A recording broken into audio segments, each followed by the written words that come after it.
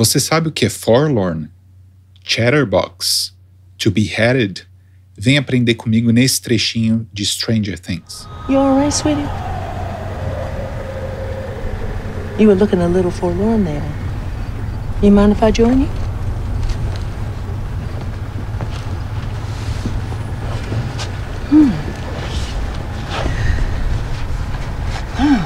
You are awfully young to be traveling alone, aren't you?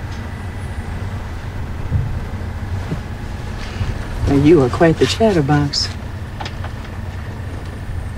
So, where you headed? Então quem assistiu a série sabe que esse é o episódio em que a Eleven encontra a colega dela de laboratório, que ela carinhosamente chama de irmã, porque elas cresceram juntas.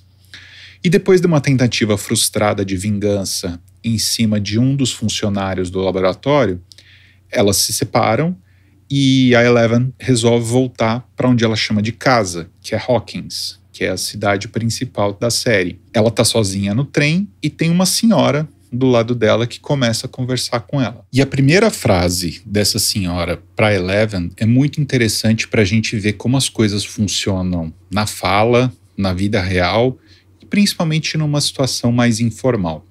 A frase é your, que é a contração de you mais are, então aí já tem um dado de fala, né? Contrair as coisas.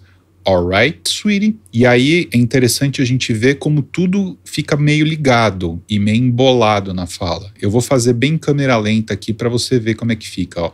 You're all. O your com all meio dá uma juntada assim. You're alright, sweetie.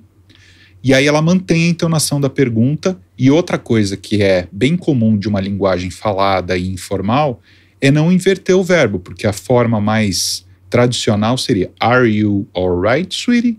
Então ela mantém a entonação da pergunta e deixa ela na forma como se fosse uma afirmação, mas não é. É uma pergunta e a gente sabe que é uma pergunta por causa da entonação e também do contexto um pouquinho.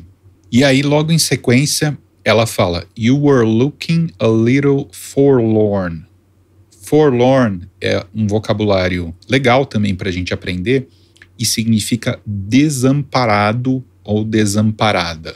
Então ela estava sozinha ali no canto no ônibus, quieta e olhando para o nada. Então ela estava parecendo desamparada, sem nenhum adulto por perto, sem colegas. Na sequência, a senhora pergunta, You mind if I join you? Tem duas coisas interessantes nessa frase. A primeira é como a gente viu lá atrás, o fato de não ter a forma formal de uma pergunta. A forma formal de uma pergunta seria Do you mind if I join you? Mas ela usa na afirmativa mantendo a entonação. E também pelo contexto a gente sabe que é uma pergunta. You mind if I join you? Ou seja, ela está perguntando para Eleven se ela pode se sentar ao lado da Eleven. Esse verbo to join, nesse contexto, pode significar isso. Então, por exemplo, alguém está indo até o mercado. E aí você pergunta, You mind if I join you? Você se importa se eu vá junto com você?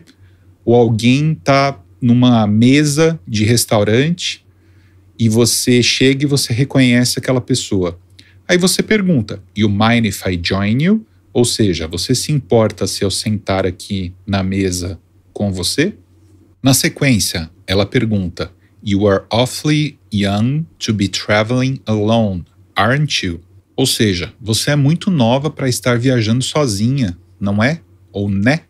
Esse aren't you no final da frase, ele quer dizer exatamente isso. É o nosso né, é o não é. É quando a gente espera por uma confirmação da pessoa. Pouquinho mais adiante, ela fala, You are quite the chatterbox. Aí ela está sendo irônica, porque chatterbox é a palavra tagarela.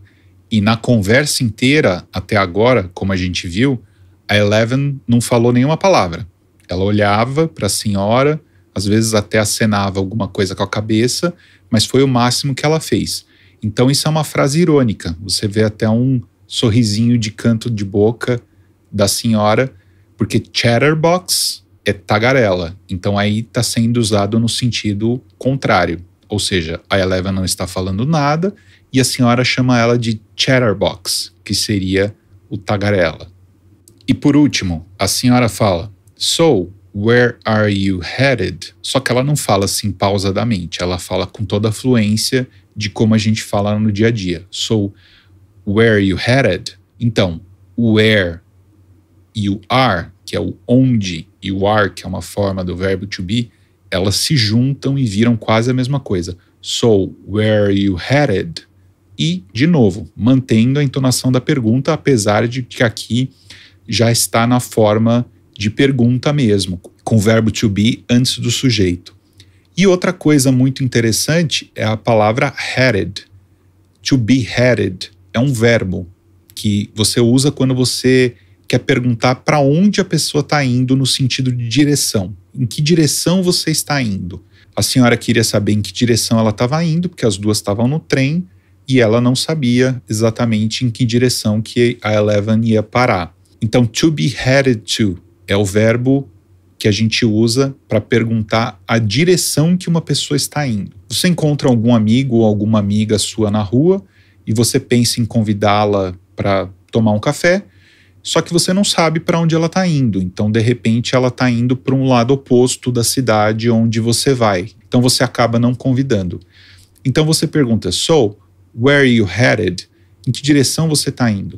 Você está indo para a Zona Norte? Porque eu estou indo para a Zona Sul.